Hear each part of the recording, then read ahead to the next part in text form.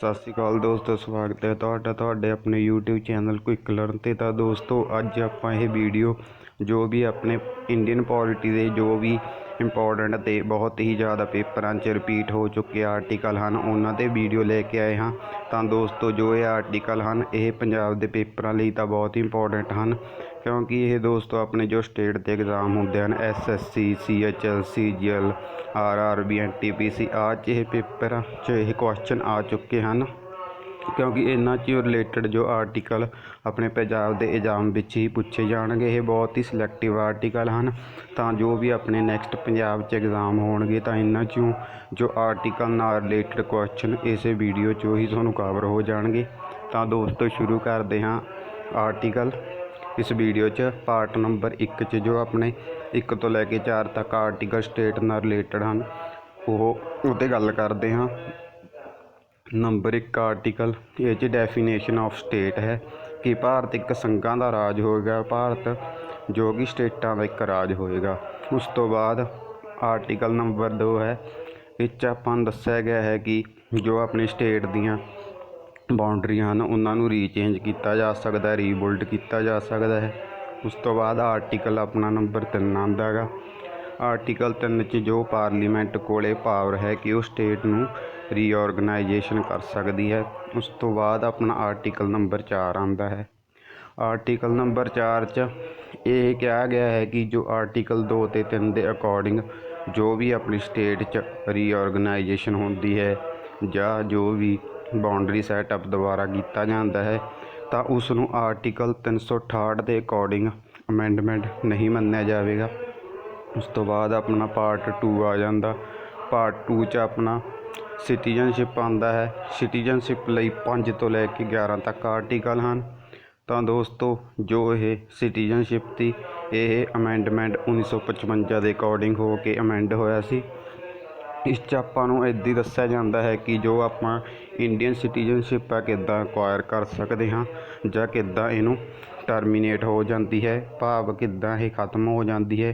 तो दोस्तों तुहानूं सिंपली दस देवां कि जो अपनी सिटीजनशिप है वो 5 वे नाल प्राप्त की जा सकती है और जो 3 वे ने उस दे अकॉर्डिंग इसनूं खत्म किया जा सकता है। तो वो 5 वे ने जिन्हां नाल आपां जो अपनी सिटीजनशिप एक्वायर कर सकते हैं वो है, एक तो आप जन्म के आधार पर, एक अपने माता पिता के मतलब पूर्वजों के जो कि खासे समय तो इत्थे रह रहे हैं।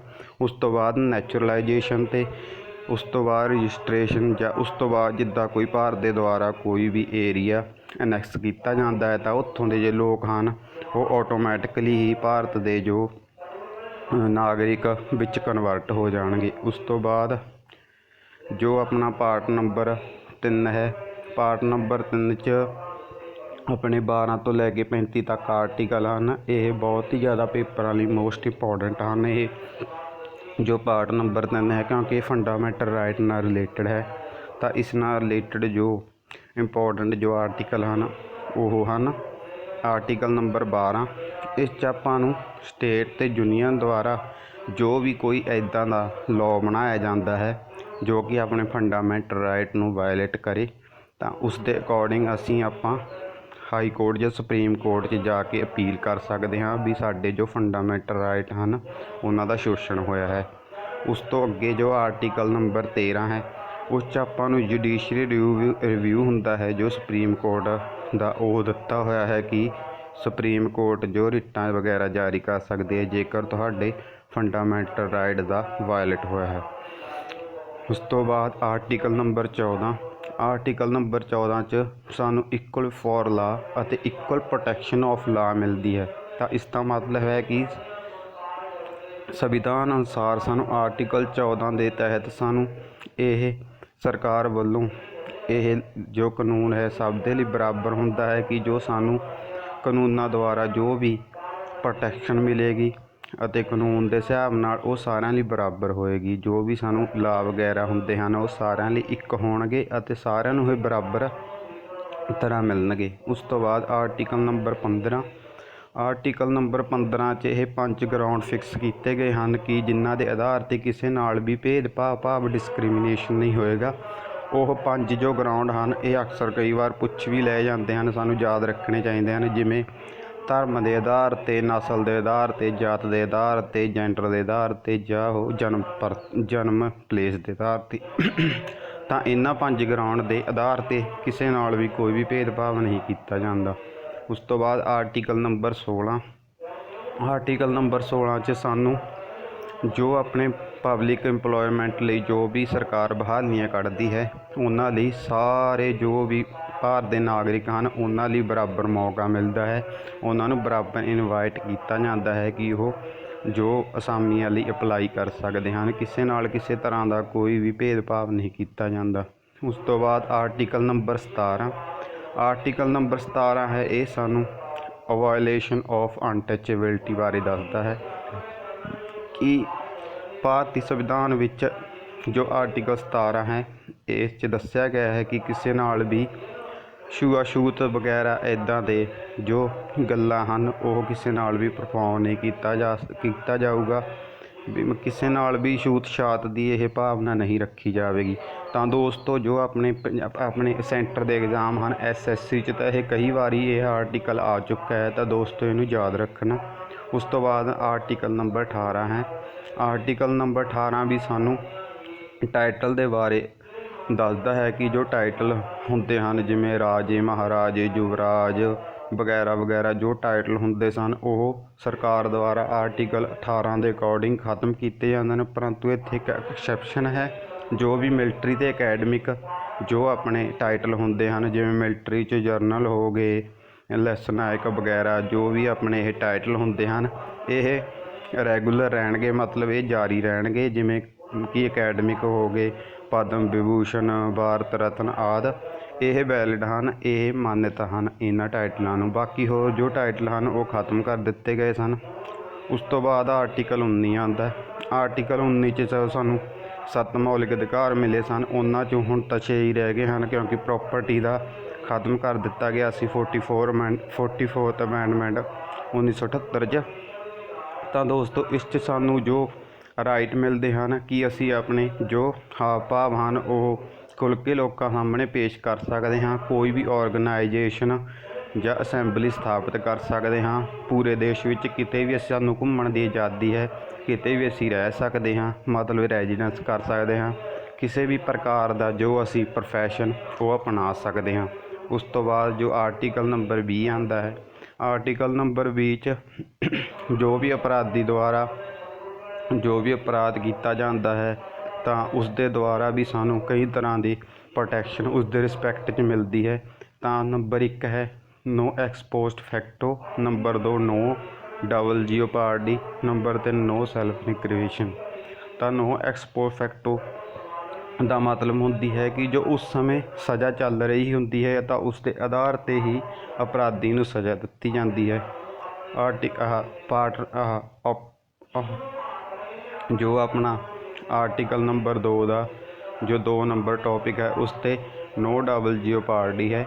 ਨੋ ਡਬਲ ਜਿਓਪਾਰਡੀ ਦਾ ਮਤਲਬ ਹੁੰਦਾ ਹੈ ਕਿ ਜੋ ਇੱਕ ਵਾਰ ਸਜ਼ਾ ਮੁਕਰਰ ਹੋ ਗਈ ਤਾਂ ਉਸਨੂੰ ਉਸ ਦੇ ਆਧਾਰ 'ਤੇ ਹੀ ਸਜ਼ਾ ਦਿੱਤੀ ਜਾਵੇਗੀ। ਮਤਲਬ ਵਾਰ ਅਸੀਂ ਕੋਰਟ ਵਿੱਚ ਅਪੀਲ ਕਰਕੇ ਉਸ ਨੂੰ ਵਾਰੀ ਸਜ਼ਾ ਨਹੀਂ ਦਵਾ ਸਕਦੇ, ਕੇਵਲ ਵਨ ਟਾਈਮ ਹੀ ਉਸ ਨੂੰ ਸਜ਼ਾ ਮਿਲੇਗੀ। ਨੋ ਸੈਲਫ ਇਨਕ੍ਰਿਮੀਨੇਸ਼ਨ 'ਚ ਹੁੰਦਾ ਹੈ ਕਿ ਜੋ ਵੀ ਅਪਰਾਧੀ ਹੈ ਉਹ ਆਪਣੇ ਖੁਦ ਬ ਖੁਦ ਲਈ ਜੋ ਆਪਣਾ ਪੱਖਪਾਤ ਨਹੀਂ ਦਿਖਾ ਸਕਦਾ, ਉਸ ਨੂੰ ਸਪੈਸ਼ਲ ਇੱਕ ਜੋ ਆਪਣਾ ਉਹ ਲਾਇਰ ਹੁੰਦਾ ਹੈ ਉਹ ਹਾਇਰ ਕਰਨਾ ਪੈਂਦਾ ਹੈ। ਉਸ ਤੋਂ ਬਾਅਦ ਆਰਟੀਕਲ ਨੰਬਰ ਬਹੁਤ ਹੀ ਮਸ਼ਹੂਰ ਆਰਟੀਕਲ ਹੈ ਅਤੇ ਬਹੁਤ ਹੀ ਫੇਮਸ ਆਰਟੀਕਲ ਹੈ ਜੋ ਕਿ ਕਿਸੇ ਤਰ੍ਹਾਂ ਦੀ ਚਾਹੇ ਪ੍ਰੈਜ਼ੀਡੈਂਟ ਰੂਲ ਲੱਗੇ ਜਾਂ ਨੈਸ਼ਨਲ ਐਮਰਜੈਂਸੀ ਲੱਗੇ ਤਾਂ ਇਹ ਜੋ ਆਰਟੀਕਲ ਹੈ ਕਦੇ ਵੀ ਵਾਇਲੇਟ ਨਹੀਂ, ਇਹ ਕਦੇ ਵੀ ਖ਼ਤਮ ਨਹੀਂ ਹੁੰਦਾ। ਜੋ ਆਪਣਾ ਇਹ ਐਲੀਮੀਨੇਟ ਨਹੀਂ ਹੁੰਦਾ ਕਦੇ ਵੀ। ਜੋ ਆਰਟੀਕਲ ਨੰਬਰ 21 ਹੈ ਇਸ 'ਚ ਆਪਣਾ ਪ੍ਰੋਟੈਕਸ਼ਨ ਆਫ ਲਾਈਫ ਹੁੰਦੀ ਹੈ ਅਤੇ ਪਰਸਨ ਐਬਿਲਿਟੀ ਹੁੰਦੀ ਹੈ। ਤਾਂ ਇਸ ਦੇ ਅੰਦਰ ਆਹੀ ਆ ਜਾਂਦਾ ਹੈ ਕਿ ਜੋ ਸਾਡੀ ਪਰਸਨਲ ਹੁੰਦੀ ਹੈ, ਪ੍ਰਾਈਵੇਸੀ ਹੁੰਦੀ ਹੈ, ਫੂਡ ਸ਼ੈਲਟਰ ਆਦਿ ਸਾਡੀ ਡਿਗਨਿਟੀ ਹੁੰਦੀ ਹੈ, ਇਸ ਨੂੰ ਭੰਗ ਨਹੀਂ ਕੀਤਾ ਜਾ ਸਕਦਾ। ਇਹ ਪ੍ਰੈਜ਼ੀਡੈਂਟ ਰੂਲ ਸਮੇਂ ਵੀ ਇਹ ਆਰਟੀਕਲ ਅਲਾਈਵ ਰਹਿੰਦਾ ਹੈ। ਉਸ ਤੋਂ ਬਾਅਦ ਆਰਟੀਕਲ ਨੰਬਰ 22। ਆਰਟੀਕਲ ਨੰਬਰ 22 'ਚ ਸਾਨੂੰ ਜੋ ਵੀ ਕੋਈ ਵਿਅਕਤੀ ਅਰੈਸਟ ਹੁੰਦਾ ਹੈ ਭਾਵ ਜਿਸ ਨੂੰ ਪੁਲਿਸ ਵੱਲੋਂ ਗ੍ਰਿਫਤਾਰ ਕੀਤਾ ਜਾਂਦਾ ਹੈ ਤਾਂ ਉਸ ਦੀ ਰਿਸਪੈਕਟ 'ਚ ਵੀ ਸਾਨੂੰ ਕੁਝ ਪ੍ਰੋਟੈਕਸ਼ਨਾਂ ਮਿਲਦੀਆਂ ਹਨ। ਇਹ 3 ਤਰ੍ਹਾਂ ਦੀਆਂ ਹਨ। ਨੰਬਰ 1 ਹੈ ਰਾਈਟ ਟੂ ਨੋ ਅਰੈਸਟ। ਤਾਂ ਦੋਸਤੋ ਜੋ ਵੀ ਵਿਅਕਤੀ ਅਪਰਾਧੀ ਹੈ ਤਾਂ ਉਸ ਨੂੰ ਇਹ ਅਧਿਕਾਰ ਹੁੰਦਾ ਹੈ ਕਿ ਜੋ ਵੀ ਪੁਲਿਸ ਅਫਸਰ ਉਸ ਨੂੰ ਅਰੈਸਟ ਕਰਨ ਲਈ ਆਇਆ ਹੈ ਤਾਂ ਉਸ ਨੂੰ ਇਹ ਅਧਿਕਾਰ ਹੈ ਕਿ ਉਸ ਨੂੰ ਪੁੱਛ ਸਕਦਾ ਹੈ ਕਿ ਉਸ ਨੂੰ ਕਿਸ ਬੇਸਿਸ ਦੇ ਆਧਾਰ 'ਤੇ ਅਰੈਸਟ ਕੀਤਾ ਜਾ ਰਿਹਾ ਹੈ। ਉਸ ਤੋਂ ਬਾਅਦ ਜੋ ਇਸ ਦਾ 2 ਨੰਬਰ ਪਾਰਟ ਹੈ ਤਾਂ ਉਸ 'ਚ ਕਿਹਾ ਗਿਆ ਹੈ ਕਿ right to defend lawyer by choice. ਜੋ ਵੀ ਅਪਰਾਧੀ ਹੈ ਉਹ ਆਪਣੀ ਇੱਛਾ ਅਨੁਸਾਰ ਆਪਣੇ ਡਿਫੈਂਡ ਲਈ ਕੋਈ ਵੀ ਲਾਇਰ ਚੁਣ ਸਕਦਾ ਹੈ। ਉਸ ਤੋਂ ਬਾਅਦ ਜਿਹੜਾ ਇਹਦਾ 3 ਨੰਬਰ ਪਾਰਟ ਹੈ ਉਸ 'ਚ ਇਹ ਕਿਹਾ ਗਿਆ ਹੈ ਕਿ ਜੋ ਵੀ ਅਪਰਾਧੀ ਹੈ ਉਸ ਨੂੰ 24 ਘੰਟਿਆਂ ਦੇ ਅੰਦਰ ਅੰਦਰ ਮੈਜਿਸਟ੍ਰੇਟ ਭਾਵ ਅਦਾਲਤ ਵਿੱਚ ਪੇਸ਼ ਕਰਨਾ ਜ਼ਰੂਰੀ ਹੈ। ਇਹ ਨਹੀਂ ਕਿ ਉਸ ਨੂੰ ਕਿਤੇ ਵੀ ਲਿਜਾ ਕੇ ਕੁੱਟਿਆ ਮਾਰਿਆ ਜਾਵੇ ਜਾਂ ਡਿਟੇਨੇਸ਼ਨ ਕਰਿਆ ਜਾਵੇ, ਤਾਂ ਉਸ ਨੂੰ 24 ਘੰਟਿਆਂ ਦੇ ਅੰਦਰ ਅੰਦਰ ਉਹਨੂੰ ਮੈਜਿਸਟ੍ਰੇਟ 'ਚ ਪੇਸ਼ ਕਰਨਾ ਹੀ ਹੁੰਦਾ ਹੈ। ਉਸ ਤੋਂ ਬਾਅਦ ਜੋ ਆਰਟੀਕਲ ਨੰਬਰ 23 ਹੈ ਇਹ ਸਾਨੂੰ ਪ੍ਰੋਹਿਬਿਸ਼ਨ ਆਫ ਹਿਊਮਨ ਟ੍ਰੈਫਿਕ ਬਾਰੇ ਦੱਸਦਾ ਹੈ। ਤਾਂ ਦੋਸਤੋ ਇਹ ਆਰਟੀਕਲ ਨੰਬਰ 23 ਹੈ ਇਹ ਸਾਨੂੰ ਦੱਸਦਾ ਹੈ ਕਿ ਜੋ ਅਸੀਂ ਵਿਅਕਤੀਆਂ ਦਾ ਜੋ ਵਪਾਰ ਨਹੀਂ ਕਰ ਸਕਦੇ, ਇਹ ਸਾਡੇ ਸੰਵਿਧਾਨ ਅਨੁਸਾਰ ਇਹ ਵਰਜਿਤ ਹੈ ਕਿ ਆਪਾਂ ਕਿਸੇ ਨੂੰ ਵੀ ਬੰਦੂਆ ਮਜ਼ਦੂਰੀ ਆਦਿ 'ਤੇ ਨਹੀਂ ਰੱਖ ਸਕਦੇ। ਉਸ ਤੋਂ ਬਾਅਦ ਆਰਟੀਕਲ ਨੰਬਰ 24 ਹੈ। ਆਰਟੀਕਲ ਨੰਬਰ 24 'ਚ ਜੋ ਚਾਈਲਡ ਲੇਬਰ ਹੈ 14 ਸਾਲ ਤੋਂ ਘੱਟ, ਇਸ ਦੀ ਮਨਾਹੀ ਕੀਤੀ ਗਈ ਹੈ। ਕੋਈ ਵੀ ਵਿਅਕਤੀ ਇਸ ਦੇ ਅਕੋਰਡਿੰਗ ਆਵਾਜ਼ ਉਠਾ ਸਕਦਾ ਹੈ।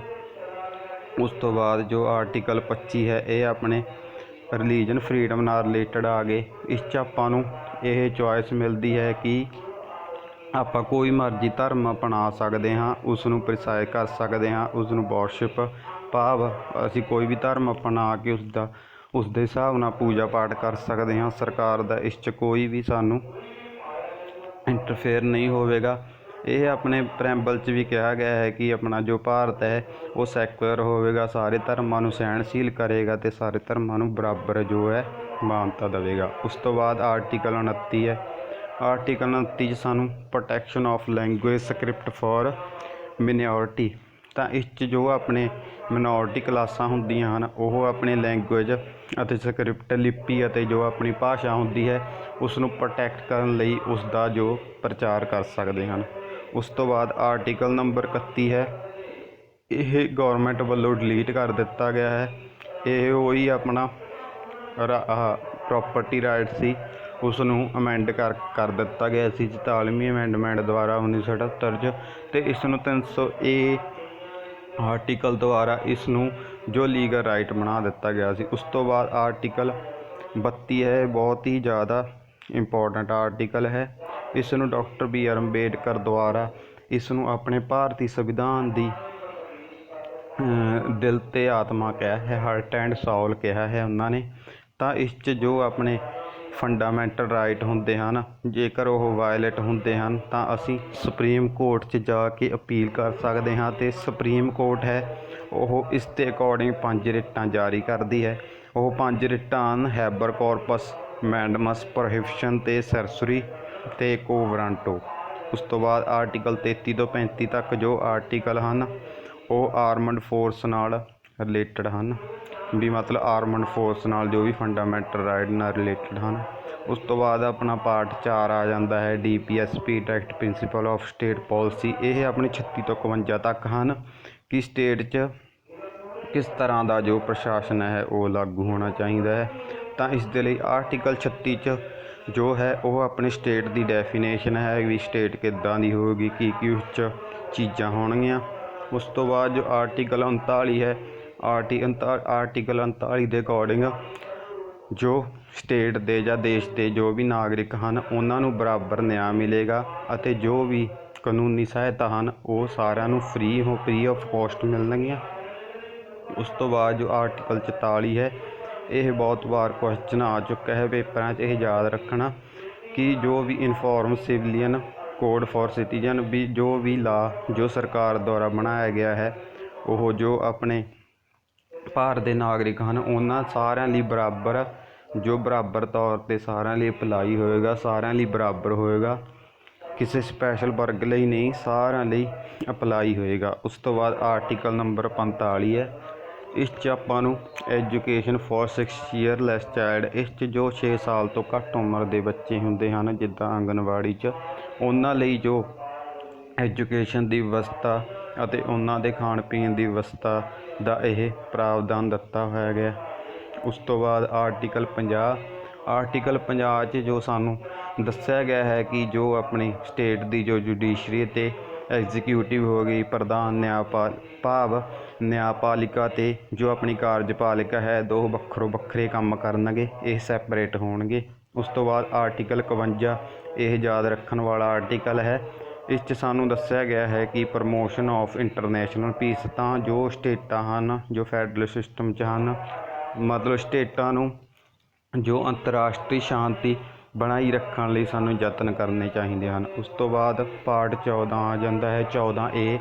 ਪਾਰਟ 14A ਆਪਣਾ ਫੰਡਾਮੈਂਟਲ ਡਿਊਟੀ ਨਾਲ ਰਿਲੇਟਡ ਜੋ ਆਰਟੀਕਲ ਹੈ। ਇਸ ਦੇ ਲਈ ਜੋ ਆਰਟੀਕਲ 51A ਹੈ, ਇਹ ਸਰਦਾਰ ਸਵਰਨ ਸਿੰਘ ਕਮੇਟੀ ਦੁਆਰਾ ਰੈਕਮੈਂਡ ਕੀਤਾ ਗਿਆ ਸੀ। ਜਦੋਂ ਇਹ ਰੈਕਮੈਂਡ ਕੀਤਾ ਗਿਆ ਸੀ ਤਾਂ ਉਸ ਸਮੇਂ ਜੋ ਆਪਣੇ ਫੰਡਾਮੈਂਟਲ ਡਿਊਟੀ ਸਨ ਉਹ 10 ਸਨ, ਪਰੰਤੂ ਬਾਅਦ 'ਚ ਇੱਕ ਡਿਊਟੀ ਹੋਰ ਐਡ ਕੀਤੀ ਗਈ ਸੀ ਜੋ ਕਿ ਬੱਚਿਆਂ ਦੀ ਐਜੂਕੇਸ਼ਨ ਵਗੈਰਾ ਨਾਲ ਹੈ, ਕਿ ਮਾਤਾ ਪਿਤਾ ਨੂੰ ਉਹਨਾਂ ਲਈ ਕੰਪਲਸਰੀ ਐਜੂਕੇਸ਼ਨ ਰੱਖਣੀ ਚਾਹੀਦੀ ਹੈ।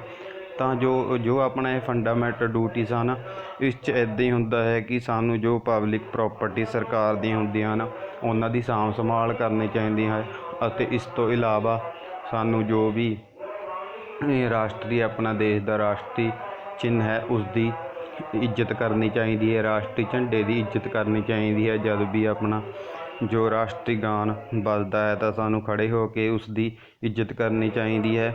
ਇਸ ਤੋਂ ਇਲਾਵਾ ਜਦੋਂ ਵੀ ਸਾਨੂੰ ਆਪਣੇ ਦੇਸ਼ ਦੇ ਲਈ ਹਮੇਸ਼ਾ ਉਸ ਦੀ ਜੋ ਸੁਰੱਖਿਆ ਲਈ ਤਿਆਰ ਰਹਿਣਾ ਚਾਹੀਦਾ ਹੈ। ਉਸ ਤੋਂ ਬਾਅਦ ਆਪਣਾ ਪਾਰਟ ਨੰਬਰ 5 ਆਉਂਦਾ ਹੈ।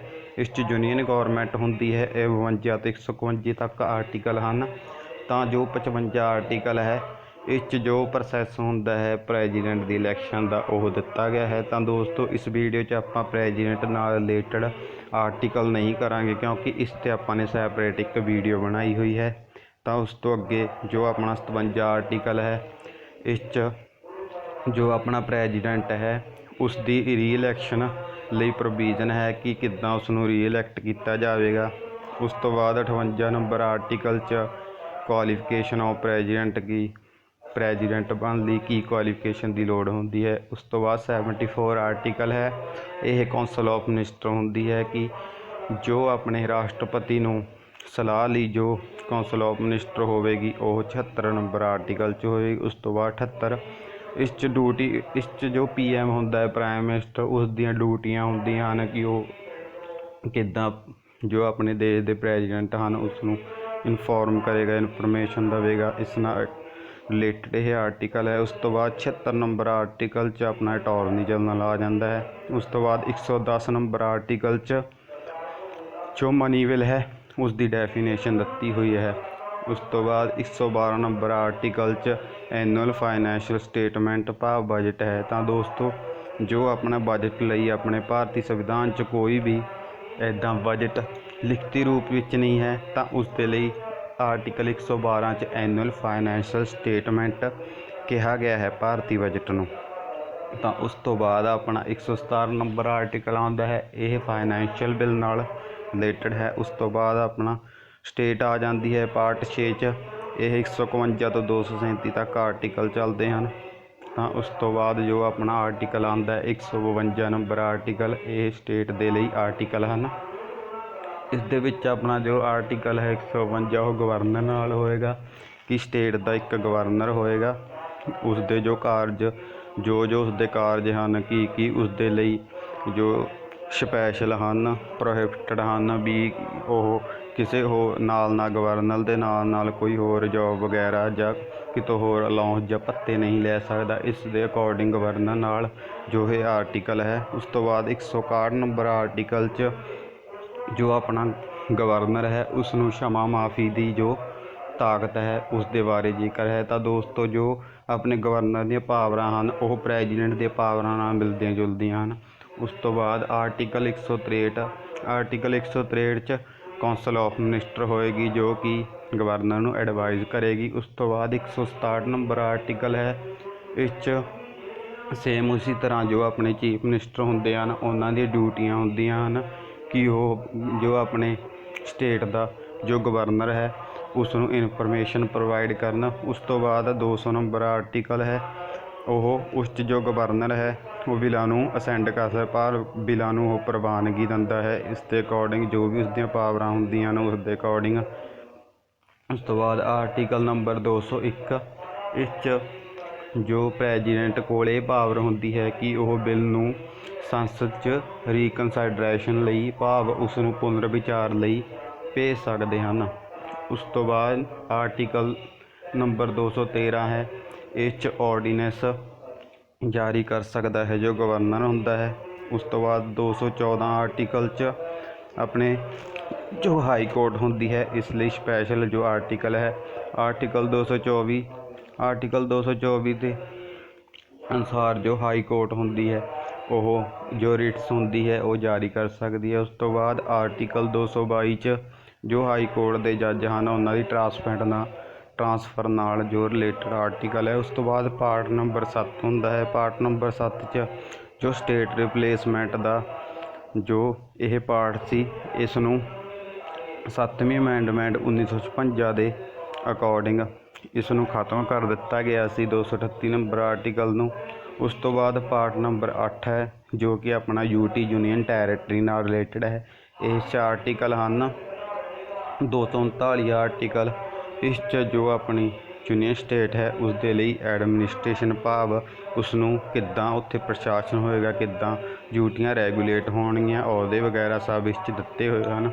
ਉਸ ਤੋਂ ਬਾਅਦ 241 ਨੰਬਰ ਆਰਟੀਕਲ, ਇਸ 'ਚ ਜੋ ਆਪਣੀ ਡਿਊਟੀ ਲਈ ਵੀ ਕਿਸ ਤਰ੍ਹਾਂ ਦਾ ਹਾਈ ਕੋਰਟ ਹੋਵੇਗਾ ਕਿ ਉਹ ਇੱਕ ਡਿਊਟੀ ਲਈ ਹੋਏਗਾ ਜਾਂ ਦੋ ਕੰਬਾਈਨ ਕਰਕੇ ਦੋ ਡਿਊਟੀਆਂ ਲਈ ਇੱਕ ਹਾਈ ਕੋਰਟ ਹੋਵੇਗਾ। ਇਸ ਤਰ੍ਹਾਂ ਦੀ ਜੋ ਇਨਫੋਰਮੇਸ਼ਨ ਹੈ ਉਹ 241 ਆਰਟੀਕਲ 'ਚ ਹੈ।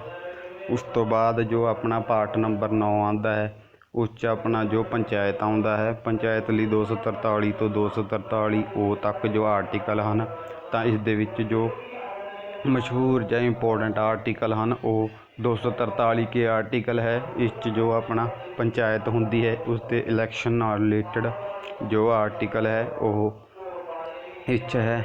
ਉਸ ਤੋਂ ਬਾਅਦ 243 D ਆਰਟੀਕਲ ਹੈ। ਇਹ ਜੋ ਆਪਣੀਆਂ ਜੋ ਵੀ ਅਸਾਮੀਆਂ ਆਉਂਦੀਆਂ ਹਨ ਉਸ ਵਿੱਚ ਜੋ ਵੂਮੈਨ ਹਨ ਉਹ 33% ਰਿਜ਼ਰਵੇਸ਼ਨ ਭਾਵ 1/3 ਪਾਰਟ ਜੋ ਰਿਜ਼ਰਵੇਸ਼ਨ ਉਹਨਾਂ ਨੂੰ ਔਰਤਾਂ ਨੂੰ ਸਰਕਾਰੀ ਨੌਕਰੀਆਂ ਲਈ ਦਿੱਤੀ ਜਾਵੇਗੀ। ਉਸ ਤੋਂ ਬਾਅਦ ਪਾਰਟ ਨੰਬਰ 10 ਹੈ। ਇਸ 'ਚ ਸ਼ਡਿਊਲ ਕਾਸਟ ਅਤੇ ਸ਼ਡਿਊਲ ਟ੍ਰਾਈਬ ਏਰੀਆ ਲਈ ਜੋ ਐਡਮਿਨਿਸਟ੍ਰੇਸ਼ਨ ਹੁੰਦਾ ਹੈ ਉਹ ਦਿੱਤਾ ਗਿਆ ਹੈ। ਆਰਟੀਕਲ ਨੰਬਰ 244 'ਚ ਸ਼ਡਿਊਲ ਕਾਸਟ ਅਤੇ ਸ਼ਡਿਊਲ ਏਰੀਆ ਲਈ ਐਡਮਿਨਿਸਟ੍ਰੇਸ਼ਨ ਦੀ ਵਿਵਸਥਾ ਕੀਤੀ ਗਈ ਹੈ। ਉਸ ਤੋਂ ਬਾਅਦ ਆਰਟੀਕਲ 244 ਹੈ। ਇਸ 'ਚ ਆਟੋਨੋਮ ਸਟੇਟ ਲਈ ਐਡਮਿਨਿਸਟ੍ਰੇਸ਼ਨ ਬਾਰੇ ਦੱਸਿਆ ਗਿਆ ਹੈ।